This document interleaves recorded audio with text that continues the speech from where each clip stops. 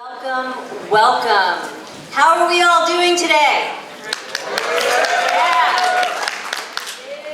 I'm Simmy Makhijani, a lecturer in Asian American Studies and Recent Resistance Studies. It's an honor to have helped curate this rich and generative week, celebrating the 50th anniversary of the College of Ethnic Studies.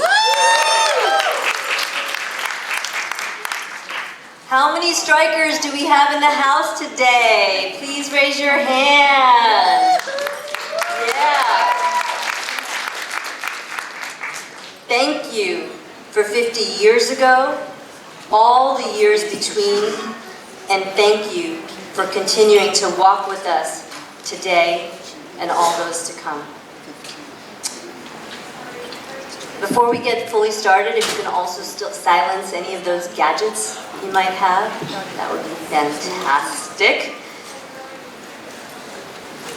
Just as the student strike at San Francisco State did not happen in a day, as all the strikers with us on Monday reminded us, the ongoing commitment of ethnic studies is far from being realized 50 years later. We've come a long way, yet so many wide rivers still to cross. Today we continue in dialogue and reflection initiated by our OG vet strikers on Monday with the theme, Practicing Ethnic Studies, Past, Present, and Future.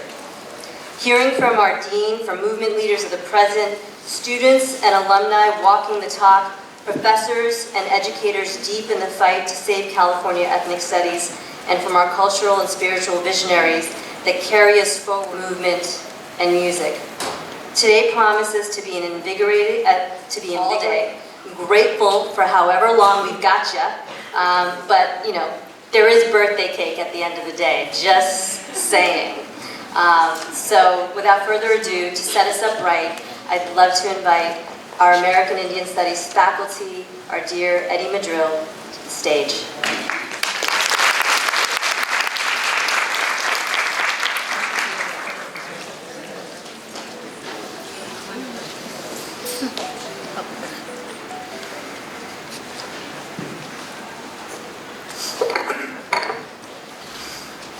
Good morning. Good morning. Thank you for the sun. Thank you for this day. Thank you for the land we walk upon. Thank you for the ancestral stewards of this land, the people, the animals, and the plants. Thank you for the ancestral stewards of this land, the people, the animals, and the plants. Thank you for the wisdom keepers and the wisdom givers.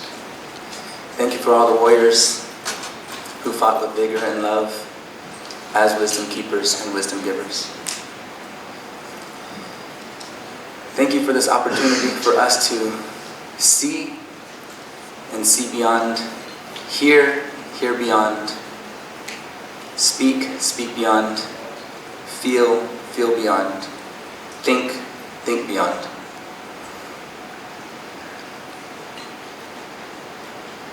Nepo bagatata newa, nepo hiakvat we newa, nepo pasqua newa. Si alea ne hiapsi katekiani netadwar.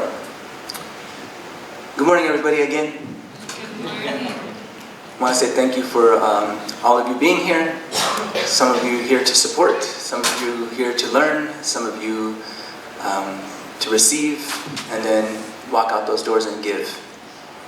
Just as all the ancestors before us on the land, and just as all the people who came here to build this. So I'm here on behalf of my brother, my friend, John Carlos Perea. I'm here on behalf of his family. I'm here on behalf of American Indian Studies faculty and staff and all those who created it and suffered and fought to have it. I'm here on behalf of Ethnic Studies, the College of Ethnic Studies, and all those who fought to build, create, and have this space for us.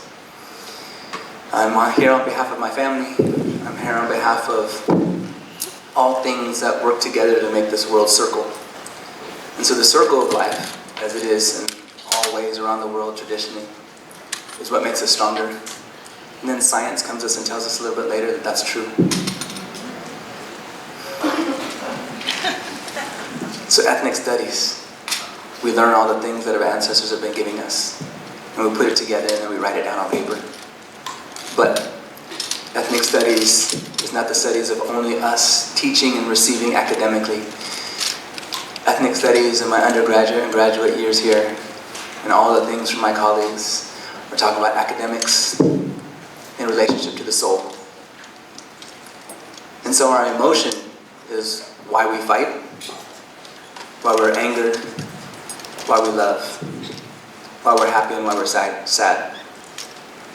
But perhaps it's our strategy that gives us a way to fight an intellectual fight that lasts a little bit longer than just a day, or a decade, or a century, but longer, for our children.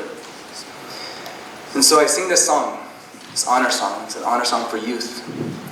And it's not just for the youth of today, but it's a youth generations from today.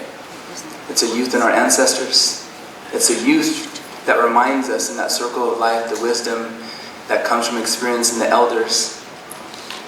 It's a youth in all of us as adults who remember all the things that we learned from the children, which is we have 2 eyes, 2 ears, and only 1 mouth.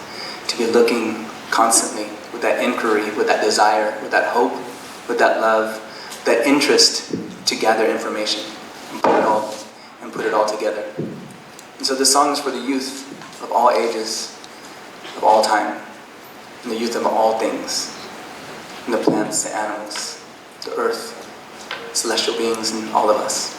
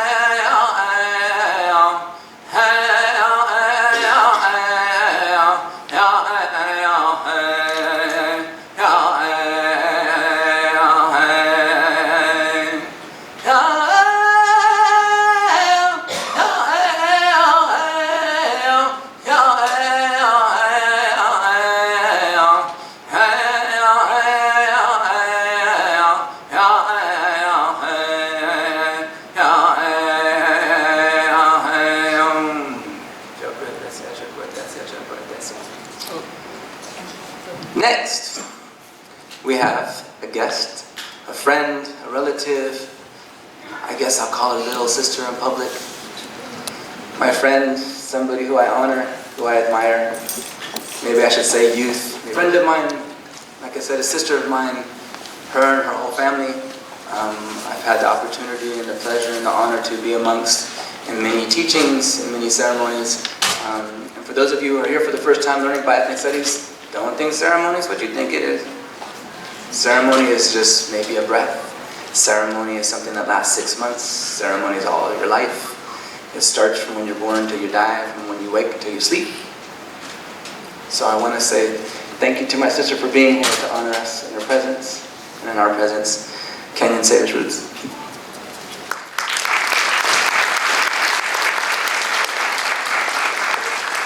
Can I hear a good oh to our cousin Eddie? Oh! Mishmim Tuhis, Kanrakad Kanyon, Coyote Woman, Sayers-Roods. Indian Canyon Nation, the only federally recognized Indian country between Sonoma and Santa Barbara along central coastal California. That being said, I identify as a Mutsun-Ohlone woman, California native, and I am also the spokesperson for the Association of Mutsun-Ohlone Peoples. So right here, right now, we are in Yalamu. Can I hear you say Yalamu? Yalamu. Can I hear you say Ramaytush? Ramaytush. You're acknowledging the first words of these territories. Before San Francisco was known as San Francisco, even before it was California, it was known as Yalamu. The Ramaytush language is the first language of this land. My mother and my grandmother believe that when song, ceremony, and dancing stops, so does the earth. I too believe that. I want to offer a grandmother's song to honor our grandmothers, their grandmothers, and an all Mother Earth, for without them and without her, we will not be here. We share this time and space together for a reason. So it's with that humility, that gratitude, that present-mindedness that I offer this grandmother's song here with you today. And just similarly how we offer a good O to Eddie, if we can send that song off with a good O, that would feel so good. So, letting you know ahead of time. Canyon's grandmother's song.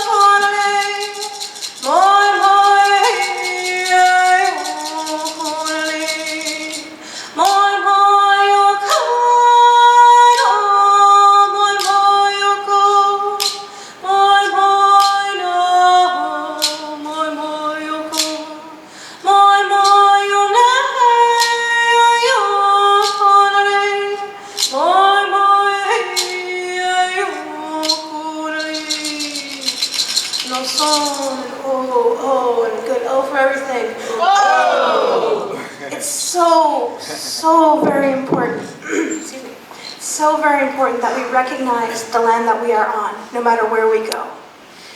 Land acknowledgements is one step, but what kind of relationship do we have with the indigenous stewards who have always been taking care of these lands that we occupy in today's post-colonial settler society? We are community, we call these spaces home, and how can we connect and reinforce that connection to the land than to be in community with the indigenous communities who've always been stewarding.